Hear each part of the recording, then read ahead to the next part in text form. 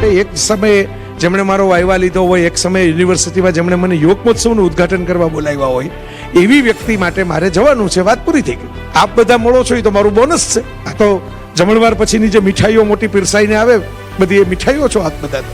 મને આનંદ થયો કે અહીં એમણે આખું નંદનવન, બરાબર, આપણે જંગલમાં મંગલ કહીએ, આ વગડાનો શ્વાસ છે, તો આ શ્વાસ લેતો કરી દીધો એમણે વગડાને આખો.